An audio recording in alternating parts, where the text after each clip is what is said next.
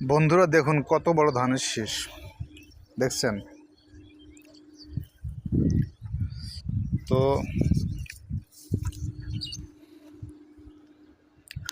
আমি যখন ছোটোবেলায় এরকম বন্ধুরা জমির আল দিয়ে যাইতাম, তখন আমি এরকম ধান খাইতাম।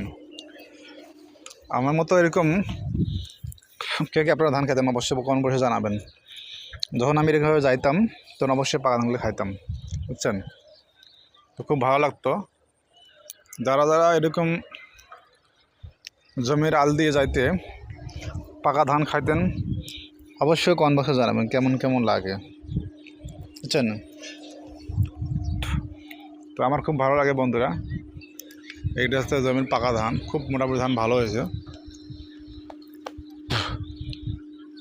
তো যারা যারা এইভাবে জমিতে ধান খেয়েছেন, জমিতে আইল হাঁটার সময় আমি এরকম হাঁটার সময় ধান খেয়েছি। যারা যারা গ্রামে থাকেন তারা অবশ্যই ধান যারা খায় তারা বুঝবেন কী মজা নতুন ধানের।